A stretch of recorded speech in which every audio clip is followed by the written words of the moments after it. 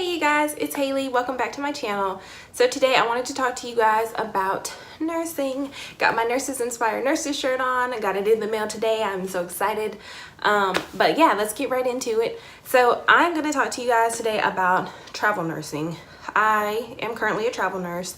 In February, it'll be 1 year of travel nursing. So I've almost been doing it for a year, and a lot of people ask me about it. So I'm gonna go over with you the pros and the cons. And if you see me looking down, it's because I have my little list here of, that's blank, my little list here of pros and cons about travel nursing. So pro number one is obviously the money. Staff nursing, I was doing float pool day shift. I also did night shift for a while, and of course that made more money than day shift. But even with all that, regardless, I still make about double what I made as a staff nurse. So with more money means, you can do more. My main thing was I could save more. I could pay more things off. I could pay, my loans off. I don't know about you guys, but I have a ton of loan debt and I'm trying to pay it off. So also, I had a goal when I started travel nursing. I said I want to save up a certain amount of money so that I can buy a house. And actually, I'm really close to that goal, and I'm so excited because I do want to buy a house in the near future. Pro number two is meeting new people and new experiences. So my first assignment was in Nashville, Tennessee. I kind of just took this assignment on a whim. That wouldn't have been the first place I chose at all, actually. But to be honest, I was watching the show Nashville a lot and I thought it was cool. So when that opportunity presented itself, I was like, hey, let's go to Nashville. I had a good time in Nashville. It wasn't exactly what I thought it was going to be. I think that though was the timing that I went, because I went in the really cold months, and you couldn't go to festivals because they weren't happening because it was cold, and I couldn't do some things because it was cold. But overall, I still had a good time. I got to see a lot of different things in Nashville. I got to eat some of the food, and oh my god, guys, the food in Nashville is so amazing. That's probably the best food I've ever had. I would fly to Nashville just for the food because it was that good. Pro number three would be meeting new people. I have met so many awesome people throughout my assignments. It's especially good when you can meet like some cool travel nurses and you get to talk to them and get share their experiences, and you can get tips and tricks, because as a new travel nurse, that is really important. You need to be talking to other travel nurses to find out the ins and outs of it. Okay, so one of my all-time favorite pros of travel nursing is that you can take as much time off as you want. As long as you can afford it, you can take that time off, and you can't take that kind of time off as a staff nurse. So for example, my contract ended yesterday actually, and now I'm gonna take a month off, I think, maybe a little more, but for right now I'm planning for a month, and you can't do that with a staff job because you just can't. So with travel nursing, that's awesome. You have to save accordingly and prepare your money accordingly to take that time off, but it's nice to have the opportunity to do that if you want to. Next pro would be you don't really have to deal with like all the politics of being a staff nurse on a floor, because you come to that floor to fill their staffing needs. And I'm not saying you go to the floor and act crazy, you don't follow rules. No, I follow all the same rules that the staff follows.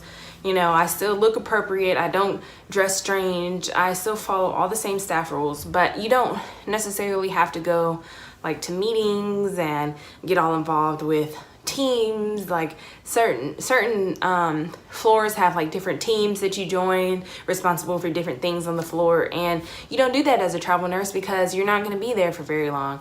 So that is another pro of that. Another pro, which can also turn into a con that I'll talk about later, is frequent change. I kind of like frequent change. Like I get really bored doing the same thing for a while, so changing up the pace or going to a different place, new people, is fun to me. It's stressful, but it is fun. The first con I want to talk about is being a new travel nurse, because when you start out as a new travel nurse, there are a lot of things that you don't know and you can't know because you haven't done it before. But once you get to talking to other people, other travel nurses, that's when you learn a lot. Like as a new travel nurse, you don't know what you're supposed to be getting paid. You don't know the ins and outs of your contract, what you need to be looking for in a contract. And I'll be honest, the contract that I'm in now, I didn't know could be better until I was talking to other travel nurses. And you won't know that until you talk to other travel nurses. And I think that is, you know, one of the biggest cons, because you're kind of just going on a hope and a prayer, hoping that everything goes okay and hoping that you're getting fair rates and stuff like that. So I do feel like, you know, it could be easy to get swindled and pimped as a travel nurse because you don't know what you're doing. The next con I have is unfriendly staff nurses. For some reason, you can tend to get, you know, treated a little poorly by staff nurses. And I'm not really sure why, because, you know, they could do the same thing as well. So I don't really understand, you know, being mean to travel nurses, because as a staff nurse, I was never mean to travel nurses. I wanted to know more about what they did. And I'm not saying that everyone's unfriendly, because the floor that I was on for my last assignment, the people were awesome. I mean, the people were super nice to me. They helped me if I needed help. You know, I don't have any complaints about them, but I have ran into some people that are kind of hateful, and they will try you at first. But, you know, once people get to know you and realize that you're cool, you're just a nurse, you're just trying to help, you're there for the same reason that they are, it gets better. But if you do need a strong backbone to be a travel nurse, because you will come across people trying to try you, they'll be hateful to you, they will just make comments that don't make any sense. But it is what it is. Just make your money and go on about your business. Finding housing is surprisingly difficult as a travel nurse. For my first assignment, which I said was in Nashville, Tennessee, I had a little bit of difficulty finding housing for that. I mean, I was looking on Facebook on the Travel Gypsy website. I was looking on like Furnished Finder. I was looking on a few other sites, and I ended up finding like a roommate site. And I found a girl who needed a roommate, and luckily it turned out great. She was awesome. You know, she showed me around Nashville. She gave me all the tips and tricks. She was easy to live with. It was really good. But I could see how that could turn out really bad if you don't have a good roommate. Also, you know, if some people don't want a roommate. I particularly don't want a roommate, but for that one, it worked for me. It was cheaper. It just made sense. Finding housing is difficult, especially if you're doing it like you're supposed to and you're duplicating expenses. So you have your house where you live at, and then you're paying rent somewhere else where you're taking your assignment. And true enough, you do get a housing stipend, which is tax-free, but you still are paying 2 rents. So for me, I pay a pretty steep rent here in North Carolina. And so when I take an assignment, I'm not trying to pay a whole bunch of money in rent, because I want to, you know, save my money. I want to bank money. And that's how you do it as a travel nursing, is finding affordable housing so that you can pocket a lot of your housing stipend. Sometimes it's hard to find assignments in the place that you want for the right pay, for the right money. I mean, it can be difficult. Just like, I'm pretty sure everyone wants to go to Florida. I mean, not people who live in Florida, because sometimes they don't want to go to Florida, but I wanted to go to Florida, and I still want to go to Florida, and I might. But for me right now, going to Florida is not beneficial money-wise. I mean, yeah, you get paid in sunshine or whatever, but I don't need to get paid in sunshine. I need money. So me going to Florida right now is not, Florida notoriously pays low as a travel state. To be honest, I could make about I would make a little more than I make as a staff nurse if I went to Florida, and I'm just not for that right now. One that I'm currently dealing with is like, you know, I've been a nurse for about 2.5 years. I started traveling after like 1.5 years or something. I don't know, but anyways, I'm still a rather new nurse. I haven't been doing it for too long. When I started traveling, I hadn't been doing it too long. I only worked in one specialty. You have to have at least a year of experience in a certain specialty to travel nurse.